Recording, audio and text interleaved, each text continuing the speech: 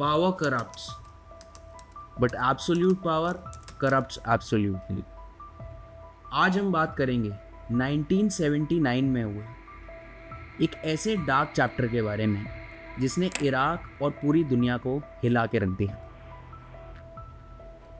ये कहानी है 1979 के पर्ज की कहानी, जिसे और किसी ने नहीं, one of the most famous and cruel dictators of all time, Saddam Hussain ने अंजाम दिया था। ये कहानी शुरू होती है 1968 में, जब बाथ पार्टी ने इराक में कंट्रोल अपने हाथ में ले लिया। अहमद हसन अल बकर प्रेसिडेंट बन गए और उनके क्लोज एलाय सद्दाम हुसैन ने पार्टी में अपना रोल और स्ट्रॉन्ग कर लिया। सद्दाम क्विकली पावरफुल पोजीशन में आ गए क्योंकि उन्होंने इंटेलिजेंस और सिक्योरिटी फोर्सेस को कंट्रोल अपने हाथ में रखा और इराक में डिसेंट को ख़त्म करना शुरू किया। 1970s में मिडिल ईस्ट में बहुत चेंजेस हो रहे थे। 1978 में इजिप्ट ने इजराइल के साथ पीस ट्रीटी साइन करी, जिससे अरब वर्ल्ड में पावर का बैलेंस शिफ्ट हो गया। सद्दाम को ये मौका लगा इराक को एक रीजनल लीडर बनाने का, लेकिन ये तभी पॉसिबल हो पाता जब उसके ओपोनेंट्स को कंप्लीटली रिमूव कर दिया जाता। उसी वक्त सीरिया और इराक के बाथ पार्टी फैक्शंस के बीच यूनिफिकेशन टॉक चल रहे थे, पर ये काफ़ी कंट्रोवर्शियल थे। सीरियन प्रेसिडेंट हफीज अल असाद को लगा कि इराक इन टॉक्स में डोमिनेट करने की कोशिश कर रहा है, जो कि सच भी था। सद्दाम को भी अपने अंदर के कुछ लोगों पर शक था जो सीरिया के सपोर्ट में हो सकते थे, और ये सब एक थ्रेट बन के उसके रूल के बीच में आ सकते थे। तो इसका मतलब है कि सद्दाम पहले से ही अपना रेन और अपना सद्दाम प्लान कर रहा था। Saddam I think Saddam was the character जिसको स्टार्टिंग से ही wanted to be on the top of the hill पे रहना था उसको। he never wanted to serve anyone, he wanted to rule. He didn't wanted to administer, he wanted to rule. That's the difference. फिर 1979 का वक्त आता है जब इराक के प्रेसिडेंट अल बकर की हेल्थ खराब होने लगती है, और कुछ लोग कहते हैं कि सद्दाम ने प्रेशर डालकर उन्हें रिजाइन करने पर मजबूर किया है। मौके पे चौका। सद्दाम को मौका मिला और जुलाई 16, 1979 को सद्दाम ऑफिशियली प्रेसिडेंट बन गए, और अब उन्होंने अपनी पावर को कंसोलिडेट करने का प्लान शुरू कर दिया। जुलाई 22, 1979 ये वो दिन था जब सद्दाम हुसैन ने पार्टी के सभी लीडर्स को एक इमरजेंसी मीटिंग के लिए बुलाया, और जब वो लोग उस इमरजेंसी मीटिंग के लिए हॉल में आए तो सभी दरवाज़ों को बंद करवा दिया गया और उन सबको अंदर ट्रैप कर लिया। किसी को ये बोला नहीं गया कि क्या हो रहा है, या बताया नहीं गया कि क्या प्लान है या ये मीटिंग क्यों है।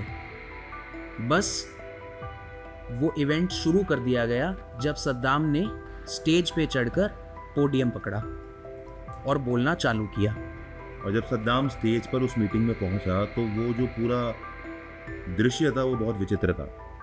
बेसिकली सद्दाम वहाँ पे थे, स्टेज पे थे, उस मीटिंग को ऑडिट करने के लिए तैयार थे, लेकिन उनके चेहरे पे एक अलग गुस्सा और एक अलग फीलिंग थी। सबको दिख रहा था कि कुछ बहुत बड़ा होने वाला है। This is on tape, right? This is on tape. Saddam stage पे पहुंचे, उन्होंने बड़े ही घमंड के साथ अपना सिगार जलाया, और उस सिगार को जलाते जलाते, सिगार को पीते पीते वो मीटिंग स्टार्ट करी। एक सीनियर पार्टी लीडर मुहई अब्दुल हुसैन मशहदी को स्टेज पर बुलाया गया और उनसे फोर्सफुली कन्फेस करवाया गया कि वो और कुछ दूसरे लोग एक सीरियन बैक्ड प्लॉट का हिस्सा हैं।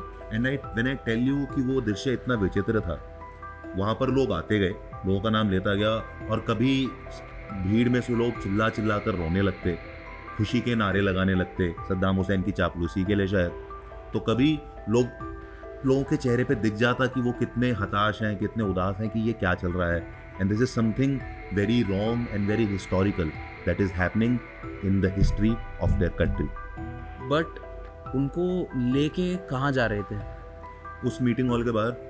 नोबडी नोज वो कहाँ जा रहे हैं। लोगों का मानना है कि उसके बाहर एक फायरिंग स्क्वाड तैयार था। कुछ लोगों का मानना है कि उस फायरिंग स्क्वाड की जगह उनके ट्रायल्स हुए, पर एक एक करके उन 68 पार्टी मेंबर्स को मीटिंग से निकाला गया और बाहर उनके लिए apparently firing squad ready. Saddam ने यह सारा इवेंट वीडियो टेप करवाया और इराक में इनफैक्ट ब्रॉडकास्ट करवाया ताकि एक क्लियर मैसेज सब तक पहुंचे कि अब जो रूल है वो किसका है। If you imagine it, it feels so creepy to pick 68 people out of a crowd, take them out, and probably everybody knows that they're not coming back. So we could see them on their face. क्या चल रहा था, सबको पता था कि अभी तो जा रहे हैं, कहीं अगला नाम मेरा ना हो, कहीं अगला नाम मेरा ना हो। पसीने छूट रहे हैं लोगों के, लोग परेशान बैठे हैं और जो ऑफकोर्स जो चापलूसी कर रहे हैं वो नारे लगा रहे हैं, चिल्ला रहे हैं, गा रहे हैं, रो रहे हैं। And this is after the United Nations and all of these things have been active Well, for. we all know how much they do. I mean, yeah, most of geopolitical situations are a joke, but still there is a line somewhere.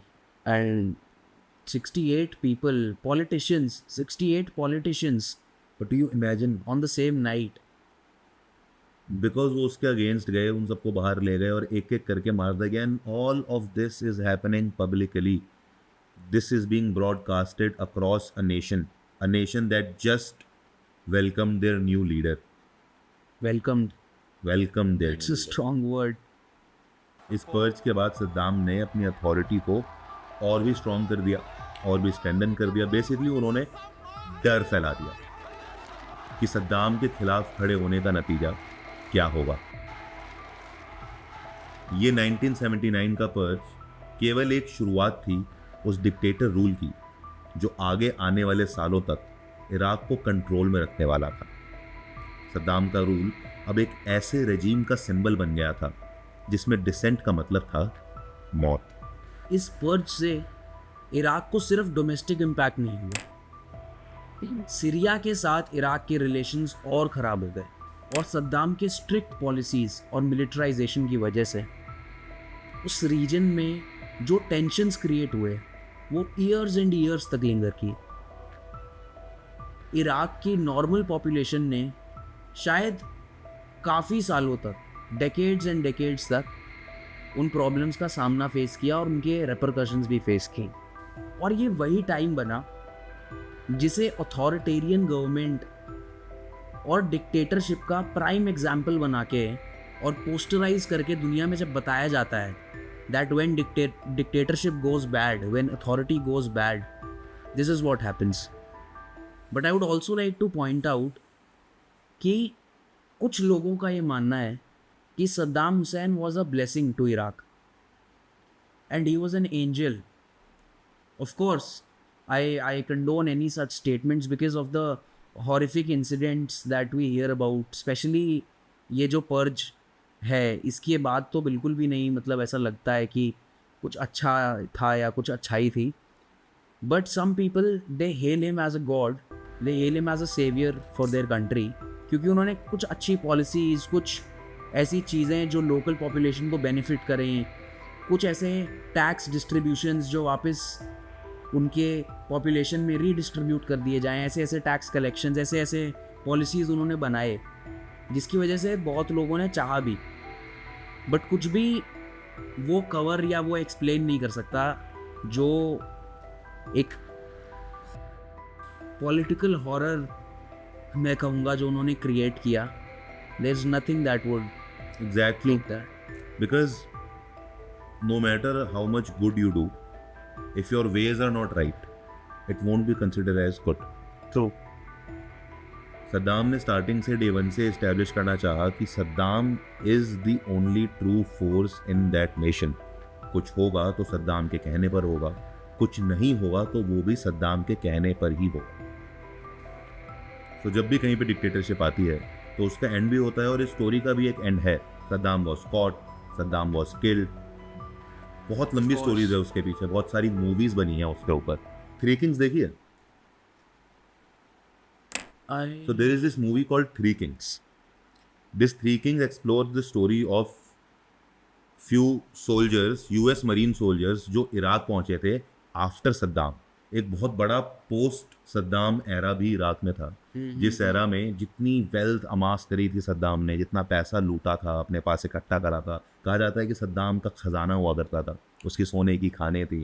And then उसके पीछे की एक story है, जब वहाँ पर Iraq पहुँचे, Iraq में यूएस मरीन्स पहुँचे, बुश ने जब इराक में अपने मरीन्स भेजे, मेंटेन ऑर्डर, जिसके लिए अमेरिका बहुत पॉपुलर भी है, वो ऑर्डर मेंटेन करते समय बहुत सारा ये खजाना, बहुत सारा ये पैसा, सोना, सब वो मरीन्स भी लेकर गए। So if you watch this movie you will get an idea of what Iraq was like post Saddam, and there will be many movies जो आपको बताएंगे what Iraq was like during Saddam. So this was the story of Saddam Hussein, one of the most notorious dictators this world has ever seen, और उसके 1979 के public purge के बारे में, जिसमें उसने अपने 68 मिनिस्टर्स को मौत के घाट उतार दिया, जस्ट क्योंकि वो उससे अग्री नहीं करते थे। But again, there is no absolute power in demeaning or putting down or, you know, showing an entire nation the bad side of how you can use your authority. There is no power in that, because eventually you'll be hunted down like dogs. You'll be hunted down for whatever wrong you're doing. It all comes back to you. And that's what happened to Saddam. That's what happened to Saddam. ऐसी और कहानियों के लिए subscribe to our channel, like करिए इस video को, do not forget to press the bell icon so that ऐसी videos आपको टाइम टू टाइम आती रहें. Till then, stay tuned. And do not purge.